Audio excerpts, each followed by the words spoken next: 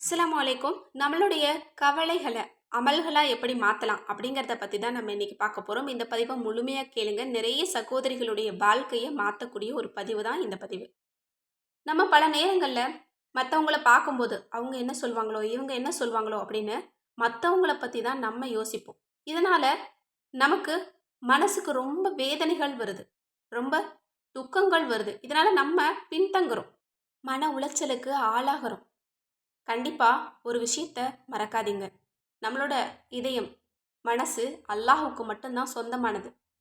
இந்த உலகத்துல இருக்கக்கூடிய அன்பு எல்லாமே ஒரு நிபந்தனையோட தான் இருக்கும். ஒரு எதிர்பார்ப்போட தான் இருக்கும். ஆனா நீங்க சோர்ந்து போகக்கூடிய நாள்ல இந்த உலகமே உங்கள விட்டு விலகித்தான் நிக்கும். ஆனா அல்லாஹ்வினுடைய அன்பு அப்படி இல்ல. நம்ம என்னதான் தவறு செஞ்சாலும், என்னதான் கீழ விழுந்தாலும், என்னதான் மத்தவங்களுக்கு நம்மள பிடிக்கலைனாலும், அல்லாஹ் நம்மள நேசிச்சுட்டே தான் இருப்பான். இன்னைக்கு நம்ம நிறைய பேர் யோசிப்போம். அல்லாஹ்வோட எப்படி நெருக்கமாகறது? தொழுகையில மனம் ஒன்றாவே இல்லையே அப்படின்னு. தொழுகையில பல எண்ணங்கள் வருது. நம்மளோட தொழுகைய அல்லாஹ் ஏத்துக்குவானா அப்படின்னு. ஒரு விஷயத்த ஞாபகம் வச்சுக்கோங்க. இந்த எண்ணம் வந்துச்சு அப்படின்னாலே அல்லாஹ்வ நோக்கி உங்களுடைய மனசு திரும்ப பாக்குது. இது சரியான நேரம். கண்டிப்பா அல்லாஹ்வின் பக்கம் நீங்க முன்னேறி செல்லுங்க. இன்னொரு விஷயத்தையும் மறக்காதீங்க. ஷைத்தான் நமக்கு வெளிப்படையான பகைவன். தொழுகைக்காக நிற்கக்கூடிய நேரத்திலையும், சஜிதாவுக்கு போகும்போதும் ஷைத்தானுக்கு பிடிக்காது. இதனால நமக்கு பலவிதமான இடையூறுகள கொடுப்பான். சிலருக்கு எதிர்காலம் பத்தி கவலை வரும். சிலருக்கு சில எண்ணங்கள் வரும். இதெல்லாமே ஷைத்தானுடைய முயற்சி தான். அதனால நம்மளோட தொழுகைய நம்ம விட்டு விடணும் அப்படிங்கிறது தான் அவனுடைய நோக்கம். அதனால தான் மனசு நமக்கு ஒன்றா இல்ல. இந்த தொழுகைக்கு எந்த விதமான பலன்களும் நமக்கு இல்லாம போகுது. இன்னும் நம்மளோட தொழுகை சரியானது இல்ல அப்படின்னு அடுத்த நேரத்து தொழுகைக்கு நம்ம சோம்பேறித்தனப்படுவோம். இதுதான் ஷைத்தானுக்கு வெற்றி. ஆனா அல்லாஹ் தஆலா நம்மகிட்ட இருந்து பரிபூரணமான தொழுகைய அவன் எதிர்பார்க்கறது கிடையாது. மனம் சிதறினாலும் நம்ம சஜிதாவுல தலை வைக்கிறத அல்லாஹ் விரும்புறான். அல்லாஹ்வுக்காக ஒருவர் தொழுவதற்காக நின்றாலே போதும் அல்லாஹ் அந்த அமலை ஏத்துக்கிறான். தொழுகை என்பது அல்லாஹ்விற்கு மிக நெருக்கமான பாதை.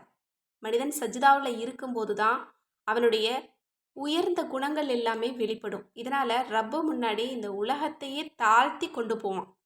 ஒரு விஷயத்த மட்டும் மறக்காதீங்க. அல்லாஹ் தாலா உங்களோட இருந்தான் அப்படின்னா, உங்களை எத்தனை பேர் சேர்ந்து கீழ தள்ள முயற்சி பண்ணாலும் அது நடக்காது. அல்லாஹ் உங்களுக்கு உதவிகள கொடுத்துக்கிட்டு தான் இருப்பான். அல்லாஹ் தாலா மனசிலிருந்து உங்கள ரொம்ப வலிமையானவனா மாத்துவான். வெளியில எவ்வளவு புயல்கள், எவ்வளவு கஷ்டங்கள் வந்தாலும் நீங்க அதை எதிர்கொள்ள முடியும். தொழுகை என்பது நம்மளோட ரப்பு யாரு அப்படிங்கிறத நம்ம நினைவுக்கு கொண்டு வரக்கூடிய ஒரு விஷயம். இந்த சஜிதாவில் நமக்கு அமைதி ரொம்ப ரொம்ப முக்கியம். தொழுகையை யார் தன்னோட வாழ்க்கையின் ஒரு பகுதியாக மாற்றிக்கிறாங்களோ அவங்களுக்கு மக்களை பற்றிய பயமும் இருக்காது. வாழ்க்கை பற்றின எந்த விதமான சோகமும் இருக்காது. அல்லாஹ்வின் மீது நம்பிக்கை வச்சு அவங்க அடுத்த கட்டத்துக்கு நகருவாங்க. ஒரு விஷயத்தை மறக்காதீங்க. தொழுகை எவ்வளோ கடினமாக தோன்றினாலும் சரி, மனம் ஒன்றாய் இணையலை அப்படின்னாலும் சரி, தொழுகையை நீங்கள் விட்டுறாதீங்க. சஜிதாவில் உங்களுடைய மனதை அமைதிப்படுத்துங்க. அந்த அமைதியான சஜிதா தான் உங்களோட வாழ்க்கையை மாற்றக்கூடிய ஒரு பெரிய ஆயுதம்.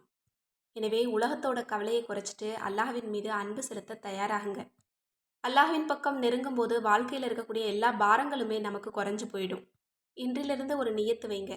கண்டிப்பாக உங்கள் மனசு ஒரு நிலையா இல்லைனாலும் சஜிதாவை ரொம்ப அமைதியாக செய்யுங்க. அது உங்களோட வாழ்க்கையை மாற்றும். அஸ்ஸலாமு அலைக்கும்.